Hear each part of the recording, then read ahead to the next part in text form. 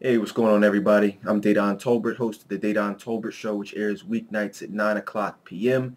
at DedanTolbert.com. And I'm pleased to announce we've actually been picked up in syndication. We'll be heard on WPEB 88.1 FM in Philadelphia. Now, I want to talk to you guys about the black church and sex and how they fail to discuss issues that black women specifically need to know about regarding keeping their legs closed. But let me start it off like this. Nowadays, you have a lot of women who pray to God every night. They go to bed, they say, God, please send me a good man. Please send me, my knight in shining armor. And that's what they ask for every single night. And, they truly believe God will do that. But a lot of you women are blocking your blessings because in the midst of those prayers, while you're waiting for those prayers to be answered, you're having sex with an ex-boyfriend. You're having sex with somebody, from your past, or a friend with benefits, or a jump off. And just to help you guys understand, that is blocking your blessing. God is not going to send you your future husband while somebody else is having sex with you on a Friday night. That you're somebody's late night booty call, but you're still praying for God to, help you get married one day. That's not how it works. So understand that the importance of keeping your legs closed is real. Now, I talk a lot about emotional unavailability. That sex that you're having is making you emotionally unavailable for any good man. No good man, like myself or my co-host, any of these elite men out here, no one will take you seriously. No one will treat you chivalrously. No one will take you out on dates and treat you and, introduce you to mom if you're having sex with somebody else. Now, a lot of women, they commonly ask me, they say, Dedan, well, why can't I just have a little friend until I wait for God to send me my husband? Why is that so bad? Why can't I just, cut that friend off, and then when I meet my future husband, just commit to him, or be faithful to him? Ladies, there's something that you exude out of you that, lets us know, elite men know, that somebody's hitting that you're not 100% into us. And, it's not nothing wrong with that. But what's going to happen is we will no longer look at you as wifey. That's when you become a jump off. That's when you become, expendable. We don't really look at you seriously. Now, the problem is that with that is that we'll still have sex with you. All right. And it's not right, but it's real. I'm just trying to help you all avoid this behavior. These men will still be like, okay, wow, she still has a fat ass. She still looks good. So let me have sex with her. Let me string her along while I continue to look for wifey. And a lot of y'all don't understand that or even see that happening to you. So that's the first part of it.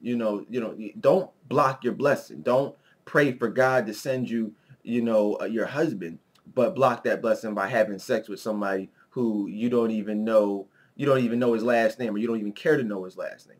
Now, the second part of this, I want to talk about the black church and why the black church has such a problem addressing women keeping their legs closed, cutting out the casual sex.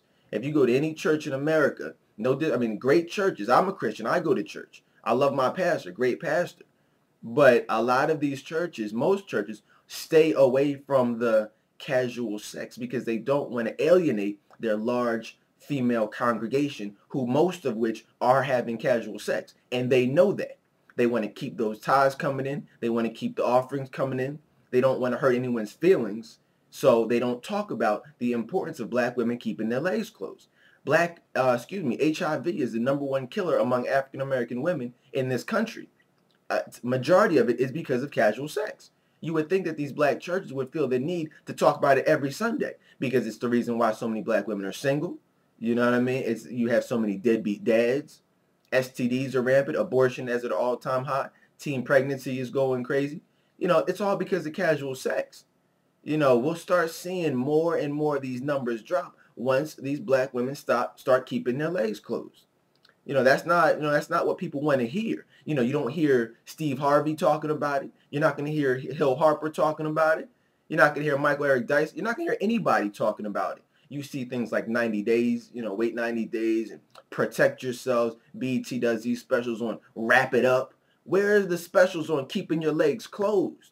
We live in such a sexual society that the thought of a woman not having a steady sexual partner, whether marriage or just, friend with benefits, that thought is so foreign. Nobody wants to even fathom the idea of not being able to have sex.